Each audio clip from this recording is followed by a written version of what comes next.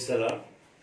దేవుని మహాకృపను బట్టి మరలా మీ ముందు వచ్చుటకును ప్రభు ఇచ్చిన యొక్క దయను బట్టి ఆయన కృపను బట్టి దేవునికి ఘనత మహిమ యేసయ్యకు చెల్లిస్తూ మరి ఈరోజు ప్రాముఖ్యమైన యొక్క సంగతి ఏమనగా మరి మారు మనసు గురించి మరి యోహాను అరణ్యంలో చెప్పిన యొక్క మాట మరలా యేసు ప్రభు మరి యొక్క 4వ అధ్యాయంలో చూసినప్పుడు యేసు ప్రభు మొట్టమొదటిగా చెప్తున్న మాట, మారు మనసు పొందుడి, పరలోక రాజ్యము సమీపంగా ఉంటున్నది. ఈ విషయము మరి యేసు ప్రభు పలకకు ముందునే మరి పూర్వంలో కూడా ఈ మాటలు తెలియజేయబడి ఉంటున్నది. మనము దేవుని వాక్యంలో మరి ద్వితీయోపదేశ కాండంలో 30వ అధ్యాయంలో చూసినప్పుడు వచ్చేసి అక్కడ 8వ వచనంలో ఒక మాట సగరిస్తుంది, నీవు మారు మనసు పొంది. ప్రియమైన దేవుని బిడ్డలారా, ఇక్కడ చాలా ప్రాముఖ్యమైన విషయము. ఎన్ని రోజులు సంఘములో సువార్త ప్రకటించబడింది, దేవుని యొక్క సంకల్పం గురించి మాట్లాడబడింది. అనేక ప్రజలు ఆ మాటలు విని తమ జీవితాన్ని మార్చుకున్నారు, యేసయ్య వైపు తిరిగారు. అయితే ఈ దినాలలో ఒక ప్రాముఖ్యమైన విషయం ఏంటంటే, మరి ఈరోజు ఈ కరోనా అనేక వైరస్ ప్రపంచమంతా అల్లుకొని పోయింది. మనిషిలో దిగులు, భయం ఏర్పడింది. ఈరోజు అనేక ప్రజలు ఏమి జరగబోద్దు అనుకుంటున్నారు. ప్రపంచంలో ఏమి జరిగినా ఏమి జరగకపోయినా ఒక క్రైస్తవుడు అనగా యేసు ప్రభుని నమ్ముకొని ఆయనని వెంబడించే వారికి ఒక నిరీక్షణ ఉంటున్నది. ఏంటి యొక్క నిరీక్షణ అంటే, పరలోక రాజ్యానికి వారసత్వాన్ని ప్రభు మనకిచ్చాడు.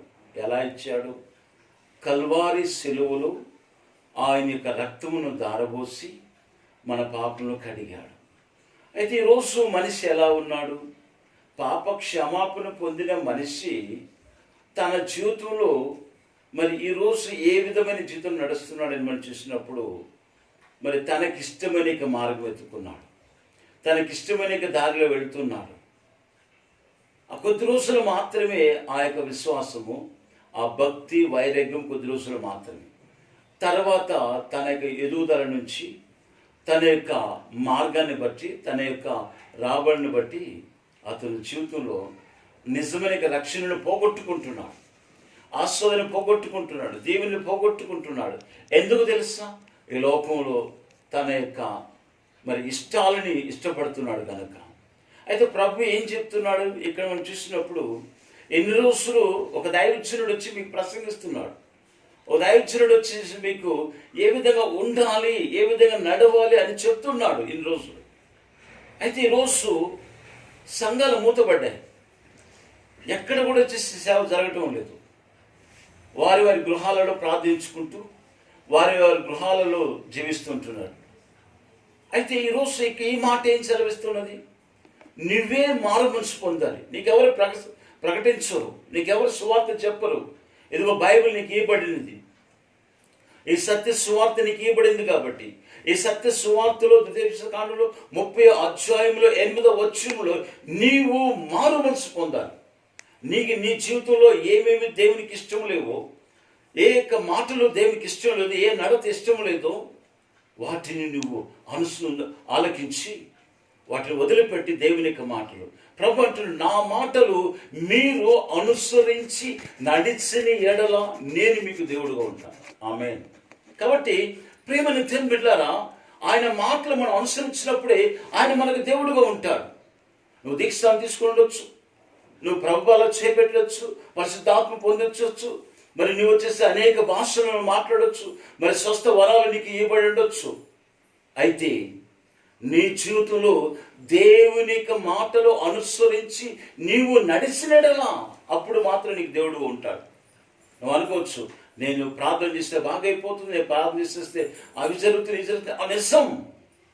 అయితే ప్రభు నీకు తోడుగున్నాడా? తోడుగుండాలంటే ఏం చేయాలో? నీ పూర్ణ హృదయంతో, నీ పూర్ణ మనసుతో దేవుని యెహోవాను ఆరాధించాలి. ఆయన స్తుతించాలి, ఆయన గణపరచాలి, ఆయన ఇచ్చిన మాటలను అనుసరించి నువ్వు నడవాలి. అందుకంటున్నాడు, నీవు మారు మనసు పొంది యెహోవా యొక్క మాటకు సెవియొగ్గినడల, ఆయన మాటను సెవియొగ్గాలి. ఏం చెప్తున్నాడు? ఈరోజు చాలా మంది తమకు ఇష్టమైన మాటలు సెవియొగ్గుతున్నారు. దేవుని యొక్క మాటలకి నువ్వు సెవియొగ్గితే మాత్రమే ఆయన నీకు తోడు దేవుడుగా ఉంటాడు. ఈరోజు చాలా మంది తమకి ఇష్టమైన బోధనలు బోధిస్తుంటున్నారు. వాళ్ళకి ఇష్టమైన మరి మాటలు చెప్పుకొని పోతారు. ఈరోజు సత్యాన్ని బోధించమంటున్నారు. ప్రేమని దేవుని బిడ్డలారా, జాగ్రత్త. ఈరోజు నువ్వు మారు మనసు పొందితే మాత్రమే. మారు మనసు అంటే ఏంటి మారు మనసు అంటే? నీలో ఉన్న దేవునికి ఇష్టం లేని క్రియలు, అది ఎలాంటిది నీకు వస్తాయి. ఆ క్రియల నుంచి నువ్వు విడిపించబడాలి. విడిపించబడాలంటే ఒప్పుకోవాలి, వదిలిపెట్టాలి. నువ్వు ఎప్పుడు ఒప్పుకుంటావో, నువ్వు ఎప్పుడు వదిలిపెడతావు, అప్పుడు ఆయన నీకు దేవుడుగా ఉంటాడు. ఆమేన్. కాబట్టి ప్రేమైన దేవుని బిడ్డలారా, ఆలకించండి. ఆయన నీకు దేవుడుగా ఉండాలంటే, ఆయన నీతో మాట్లాడాలంటే, ఆయన నీకు తను సహాయం చేయాలంటే నీ జీవితంలో మారు మనసు చాలా చాలా చాలా ప్రాముఖ్యము. ఈ లోకాన్ని నువ్వు మర్చిపోవాలి. ఈ లోకమైన జీవితాన్ని మర్చిపోవాలి. ఈ లోకమైన ప్రత్యేక అలవాటులు, ప్రత్యేక నడతలు, ప్రత్యేక మాటలు, సూపులు అన్నిటి నుంచి నువ్వు వచ్చేసి మారు మనసు పొందాలి. ఏదో దీక్షం తీసుకున్న యేసు ప్రభు నాకు అలా చేసాడు, ఇలా చేసాడు, గొప్ప సాక్షి, సంతోషం. సాక్ష్యంలో నువ్వు నిలబడి ఉన్నావా? సాక్షి రీతిగా జీవిస్తుంటున్నావా? సాక్షి అనేక బ్రతుకు నీకుంటున్నదా? ఆలకించు. ప్రేమైన దేవుని బిడ్డలారా, ఈరోజు దేవుని యొక్క మాటలు యేసు ప్రభు ఇప్పుడు, ఎదుగో పరలోక రాజ్యము సమీపమంటున్నది, మారు మనసు పొంది నువ్వు మారాలి. నీ జీవితం మారాలి, నీ నడత మారాలి. ఈరోజు చాలామంది జీవితాలు మార్చుకుంటున్నారు. ఎలా మార్చుకుంటున్నారు అంటే లోకము ప్రేమించేలాగా మార్చుకుంటున్నారు.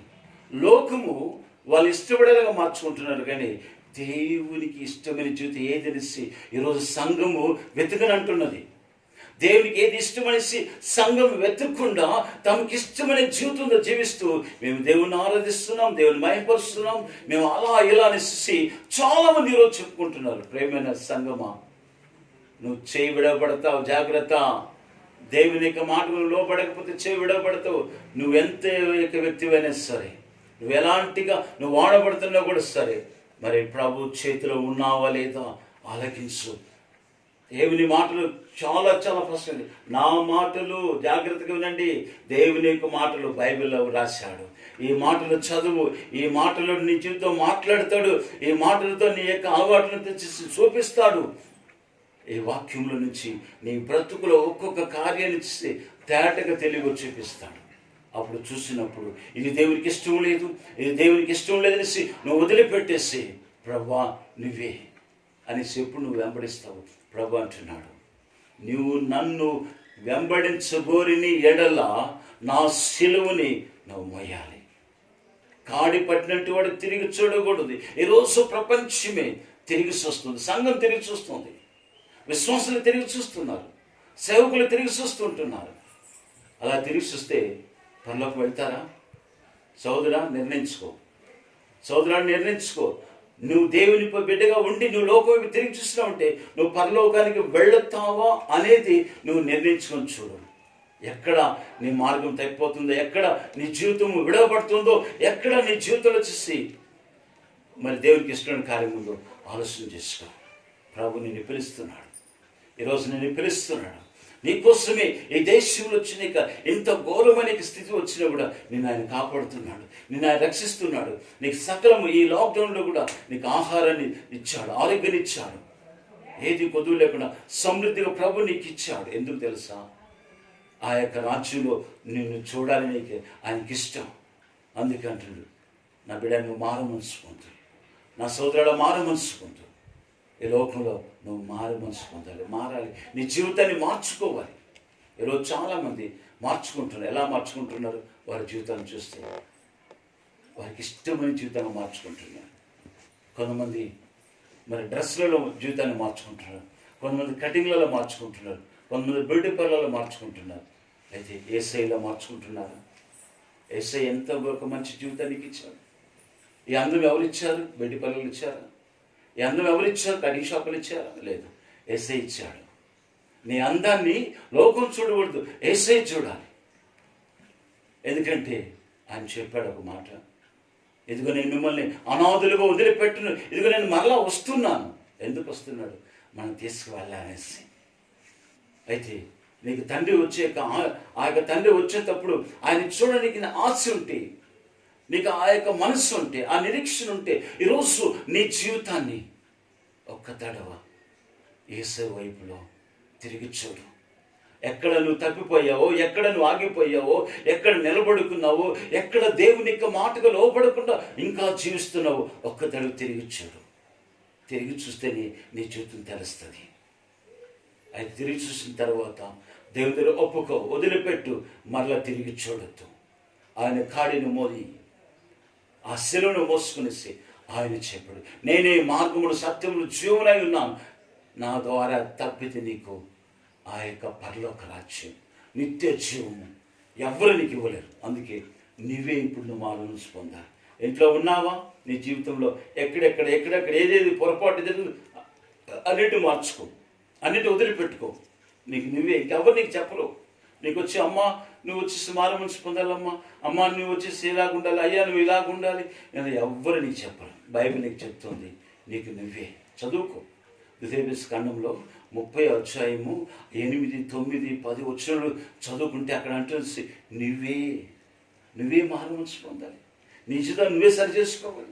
నీ తలంపు నువ్వే సరి చేసుకోవాలి. నీ ఆలోచన నువ్వే సరి చేసుకోవాలి. నీ నడత నువ్వే సరి చేసుకోవాలి. నీ మాట నువ్వు సరి చేసుకోవాలి. నీ కనుసూపు సరి చేసుకోవాలి. నీ హృదయం సరి చేసుకోవాలి. నీకు అలవాట్లు సరి చేసుకోవాలి. అన్ని సరి చేసుకుండేకి ప్రభు ఈ మాటలు నీకు చెప్పాడు. యేసు ప్రభు చెప్పాడు, మారుమనసు పొందని పరలోక రాజ్యం తెలిస్తే ఆయన మనకి ఉపమాన రీతిగా చెప్పాడు. అయితే ఇక్కడ చెప్తుంది, ఈరోజు నీ జీవితంలో వచ్చేసి నేను ఎలా అనుకుంటున్నావా? భయపడద్దు.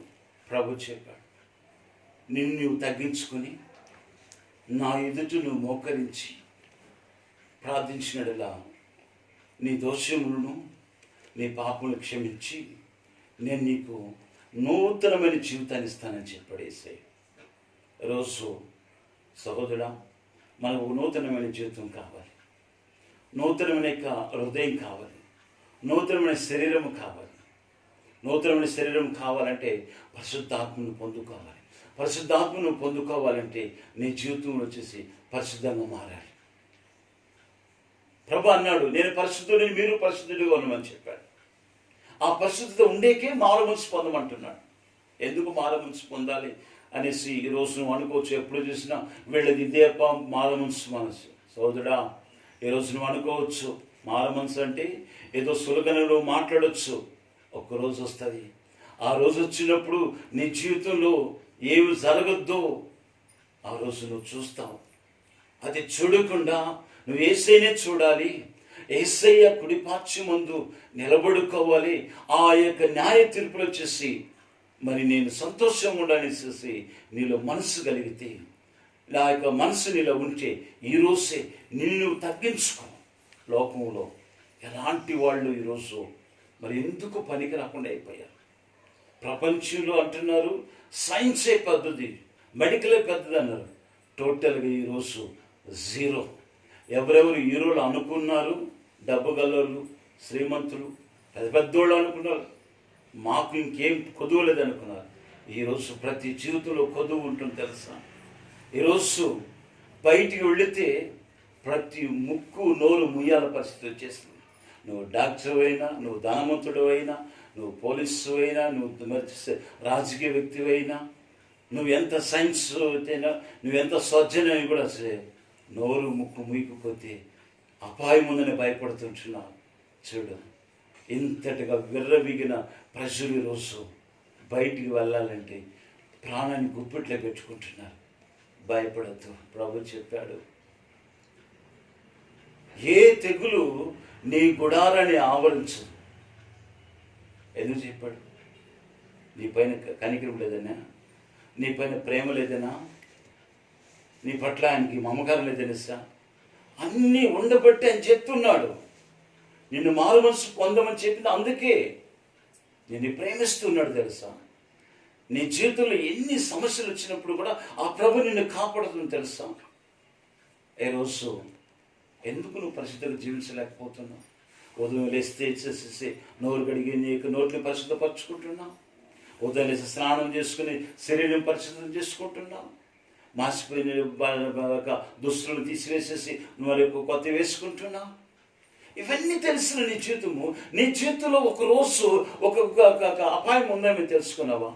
మరణం అనేది ఒక రోజు ఉందని తెలుసుకున్నావా? మరణించిన తర్వాత నీ శరీరం మన్నుకు పోతుంది, మరి ఆత్మ ఎక్కడికి పోతుంది అనేసి ఎప్పుడైనా ఊహించినావు? నువ్వు ఊహిస్తున్నా, అయ్యో చచ్చిపోయారు ఈరోజు చాలామంది చచ్చిపోయారు, లెక్కలేసుకుంటున్నారు. పలానా డిస్ట్రిక్ట్లో ఎంతమంది చచ్చిపోయారు, పలానా దేశంలో ఎంతమంది చచ్చిపోయారు.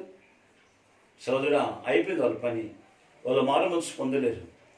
పాప క్షమాపణ వేసేవారు, కన్నీళ్ళు కారవలేరు. మోకాళ్ళు వేసి నేను పాపిని రొమ్ము కొట్టుకోలేదు. నీకుంది ఒక సమయం. పేతురు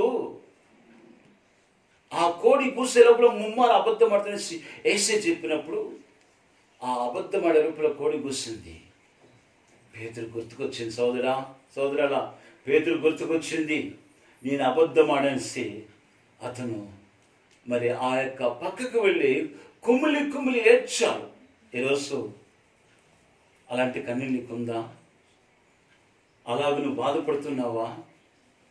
అలాగూ నా బ్రతుకు ఇలాగైపోయింది, ఏసే వస్తే నేను నా జీవితం ఏమైపోద్దనేసి అనుకుంటున్నావా? ఈరోజు నీకు ఒక తరుణం, ఒక్క రాత్రిలో యాకోబు జీవితం మారిపోయింది. ఈరోజు ఈ రాత్రి మరి నీ యొక్క స్వార్థ నువ్వు ఒకవేళ పగటి వాళ్ళ యొక్క స్వార్థ నువ్వు ఒక్క క్షణము నీ జీవితాన్ని ఏసైకి అప్పచెప్పి, నీ బ్రతుకుని ఏసైకి అప్పచెప్పి మనస్ఫూర్తిగా మోకాళ్ళు వేసి, ప్రభా నేను పాపుల ప్రధాన పాపి, నేను ఘోర పాపిని వేసి నువ్వు ఒప్పుకొని దేవుని ఎదుట పశ్చాత్తపడితే ఈరోజు నీ పాపం క్షమించబడుతుంది. ఆ యేసయ్య నీ ఎదుట నిలబడతాడు. యేసయ్య నీతో మాట్లాడతాడు, నిన్ను హెచ్చరిస్తాడు, అనేక కార్యాల గురించి నీకు బయలుపరుస్తాడు. ఎందుకని ఇంకేవాళ్ళు కావాలి? ఏం కావాలి చెప్పు? నీకు అంతటి సర్వసృష్టినే ప్రభువే నీతో మాట్లాడుతుంటే ఈ లోకానికి ఏం కావాలి?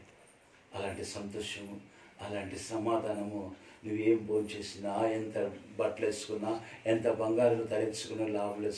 సోదరులా, దేవుని మాటలు ధరించుకో. దేవుని మాటలు వచ్చేసి బాగా మరి వచ్చేసి ధ్యానించు. దేవుని మాటలు వచ్చేసి వివరించే రీతిగా నీ జీవితాన్ని మార్చుకునేసి ఆ మాటలను లోబడి జీవిస్తే ఆ ప్రభు కృప నీకు తోడుకుంటుంది. ఆ ప్రభు దయ నీకు, నీ ఇంటికి నీకు మరి తోడుకుంటుంది. భయపడద్దు. ఆయన యొక్క మహాసమాధానం ప్రభు నీకు ఇస్తాడు. మరి నీకు సమాధానం కావాలన్నా, సంతోషం కావాలన్నా ఈ వాక్యంతో చెప్తే మళ్ళా కూడా నేను జ్ఞాపకం చేసుకున్నా. ఈ మాటను ఎందుకు వచ్చేసి ఈ ద్వితీయోపదేశ కాండంలో వచ్చేసి 30వ అధ్యాయము మరి 8వ వచ్చేందుకు ట్రస్ట్ చేసి చెప్తున్నా అంటే అక్కడ నువ్వే మారు మనసు పొందాలి. నువ్వే. మీ పాస్టర్ రాడు, మీ సంఘస్థులు రాదు, మీ అసిస్టెంట్ పాస్టర్ ఎవ్వరు రారు. దేవుని యొక్క వాక్యం నీ దగ్గరికి వచ్చింది. దేవుని యొక్క వాక్యం నీ ఇంట్లో ఉంది. ఎక్కడుంది? అల్మార్లో ఉందా? సూట్ కేసులో ఉందా? 7వ దిక్కు పెట్టావా? పోయి లేచి ఆ మాట చదువు. ఆ చదివిన తర్వాత నీ తీర్మానం ఏంటో ప్రభు అంటున్నాడు. ఆస్వాదాన్ని, శాపాన్ని నీ ఎదుటి పెట్టు, ఏది కావాలో తీసుకో. ఈరోజు ఇదే నిర్ణయం నీతో నేను ప్రభు సంఘంలో మాట్లాడుతుంటున్నాను. బైబిల్ ఎక్కడుంది? చదువు, ఒక తీర్మానం తీసుకో. లోకమా పరలోకమా, యేసయ్య లేదా సాతానా? ఆలకించు. ప్రభు నిన్ను ప్రేమిస్తున్నాడు, సాతాను నిన్ను ప్రేమించలా. ప్రభు నిన్ను కాపాడుతున్నాడు, సాతాను నిన్ను కాపాడట్లా. ప్రభు నీ రోగాన్ని స్వస్థపరుస్తున్నాడు, సాతాను నీ రోగాన్ని స్వస్థపరచలా. రోగం తీసుకొచ్చి పెడుతున్నాడు. నీ సమస్యను యేసయ్య మారుస్తున్నాడు, సాతాను నీ సమస్యను తీసుకొచ్చి పెడుతుంది. సమస్యలు పెట్టేవాళ్ళు కావాలన్నా, సమస్య తీర్చేవాళ్ళు కావాలన్నా, సమస్యలు, బాధలు, కష్టాలు, రోగాలు తీర్చే యేసయ్య మాత్రమే. ఆయనే లోక రక్షకుడు. నమ్ము, మారు మనసుకుంటూ పరలోక రాజ్యం సమీపం ఉంది. ప్రార్థన చేసుకుందాం. దేవుడికి వాక్యాన్ని దీవించి ఆశించుగాక. ఆమేన్. ప్రార్థన చేసుకున్నాం. పరిశుద్ధుడనేసి కోట్లాది దూతలతో ఎల్లప్పుడూ ఆరాధించబడుతున్న మా ప్రభుని స్తోత్రము తండ్రి. ఏక సాముదుకుడు ప్రార్థించుటకు తను ఇచ్చిన తరుణాన్ని బట్టి స్తోత్రము తండ్రి. నువ్వే మారు మనసు పొంది దేవునికి మాటలు అనుసరించి నడిచినట్లా ప్రభా, ఈరోజు అనేక ప్రజలు నీ మాటలు అనుసరించకుండా తమకి ఇష్టమైన మాటలు అనుసరించి నడుస్తున్నారు. కాబట్టి ఈరోజు నీ మాటలు అనుసరించి నడిచింటి వారిగా, నిన్ను వెతికంటి వారిగా, నిన్ను స్తుతించంటి వారిగా, నిన్ను కనపరచంటి వారిగా, నిన్ను మహింపరచంటి వారిగా ప్రభా తండ్రి యేసయ్యా ఒక్కొక్కరిని మరి ఈరోజు దర్శించమని ప్రార్థిస్తుంటున్నాను. ఈ వాక్యం వింటున్న ప్రతి కుటుంబంలో ఆశ్రయం దీవించున్నాయన. ఆ కుటుంబంలో యొక్క బలహీనత నుంచి విడుదల కలుగు చేయ, ఈ కుటుంబంలో ఉంటే సమస్యలు మార్చుతుంది, రోగాల నుంచి విడుదల కలుగు చేయ ప్రభుత్వండి. మరి ఈ కుటుంబంలో ఆహారము, ధాన్యము, ధనము, క్షేమం, మరి ఆరోగ్యం ఏది కొదువు లేకుండా సమృద్ధిగా అనుగ్రహించు ప్రభుత్వం. నీ మహాకృప తండ్రి ఈ గృహపై నుంచి ప్రభుత్వండి. ఈ వాక్యాన్ని వింటున్న ప్రతి ఒక్కరు ప్రభుత్వండి మరి నీకు దీవెనలు తండ్రి పొందుటకు ప్రభుత్వాలు ఇస్తాయి. పరలోక రాజ్యానికి చేరుటకును పరమ తండ్రిని అనే యేసయ్యను చూడలేక నిరీక్షణ వెలిగా బ్రతికి జీవించే భాగ్యం దయచేసినట్టు ప్రార్థిస్తున్నాను ప్రభా. ఒక్కొక్కరిని దీవించాల్సిన సమాధానం అనుగ్రహించబోతాను, సంతోషం అనుగ్రహించబోతాను చేయ. మరి ఇక దినాలను ప్రభావం చేయ. మరి నూతనమైన యొక్క జీవితాన్ని ప్రభావ వీరి తండ్రి ఎన్నుకొని నూతనమైన యొక్క బ్రతుకుటకును, నూతనమైన యొక్క మార్గం నడుచుటకును, నీ సెలవు వైపు చూసి జీవించుటకు నీ కృపను దయపాలించని ప్రార్థిస్తున్నాను. వీరి జీవితాలు మార్చేందుకు స్తోత్రం, సమాధానం ఇచ్చిన స్తోత్రం. మరి ఇప్పుడు గృహం యొక్క సమాధానం లేని యొక్క జీవితాల్లో ప్రతి ఒక్కరు సమాధానం ఇచ్చిన స్తోత్రం ప్రభావ. మరి ఏ సామం ప్రవర్తని ఈ కుటుంబంలో ఒక సమాధానం, సంతోషం అనుగ్రహించి దీవించమని యేసు పరిశుద్ధ నామములో ప్రార్థిస్తున్నాం తండ్రి. ఆమేన్, ఆమేన్. నా ప్రాణమా యెహోవా సంధించు, నంతర సమస్తం ఆయన పరిశుద్ధ నామాన్ని సంధించు. నా ప్రాణమా యెహోవా సంధించు, ఆయన చేసిన ఉపకారం దేనిని మరొకము. ఆమేన్, ఆమేన్, ఆమేన్. ప్రభు మీకు అందరికీ తోడుగాక. మారనాథ. ఆమేన్.